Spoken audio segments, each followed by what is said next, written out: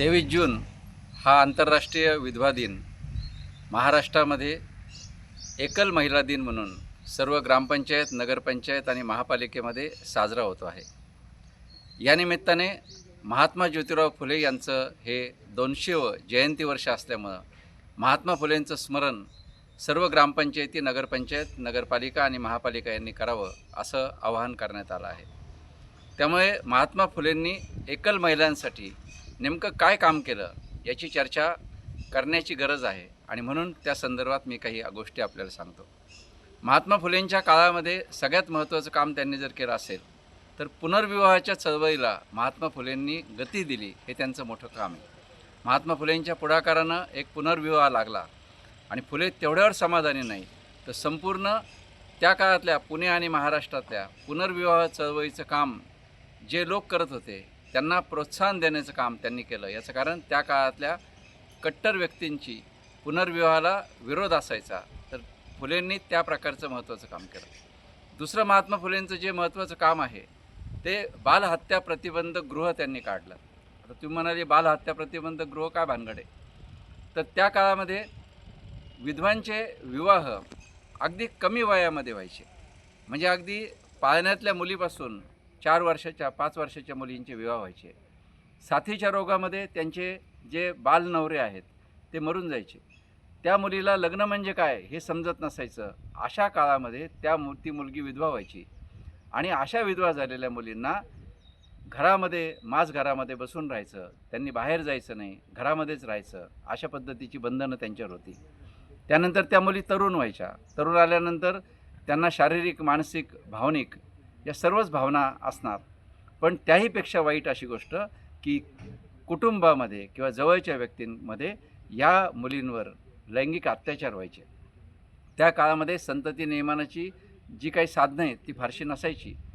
त्या काळामध्ये त्या मुलींना दिवस जायचे, त्या मुली गरोदर राहायच्या, प्रचंड घाबरून जायच्या आणि त्या भेदरलेल्या अवस्थेमध्ये त्या वेगवेगळ्या प्रकारचे औषधोपचार करून गर्भपात करण्याचा प्रयत्न करायच्या, त्याच्यामध्ये कधीकधी त्यांचा मृत्यू व्हायचा, काही मुली आत्महत्या करायच्या।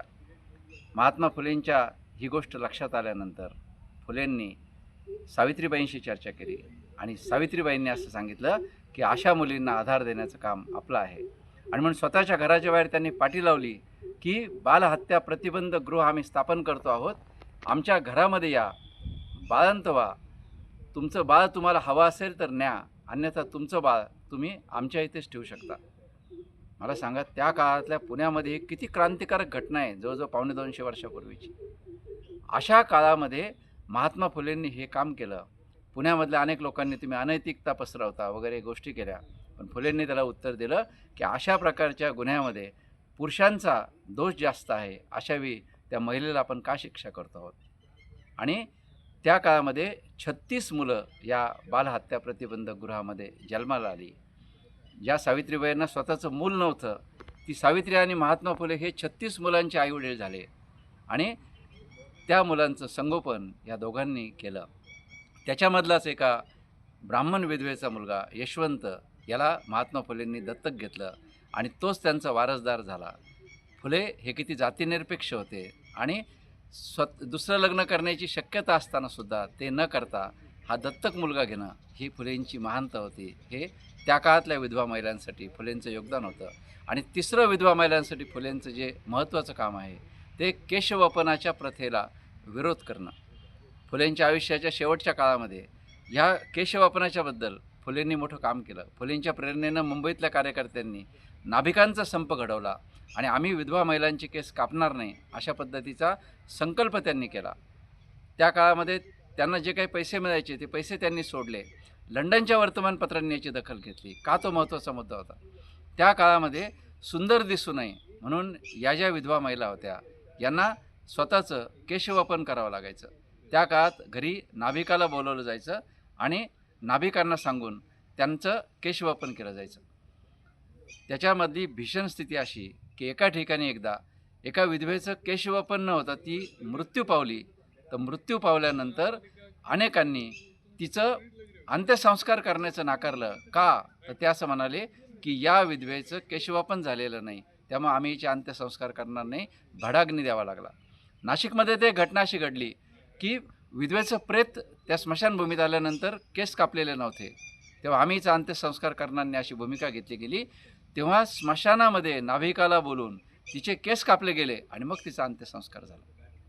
फुलेंच्या या लक्षात आल्यानंतर फुलेंनी याच्या संदर्भातल्या त्यांच्या मुंबईतल्या कार्यकर्त्यांना प्रेरणा दिली, सावित्रीबाईंनी प्रेरणा दिली आणि त्या ठिकाणी केशवपनाच्या प्रथेच्या संदर्भात मुंबईमध्ये 1000पेक्षा जास्त नाभिक एकत्र येऊन त्यांनी तो संकल्प जाहीर केला की आम्ही इथून पुढे हे काम करणार नाही.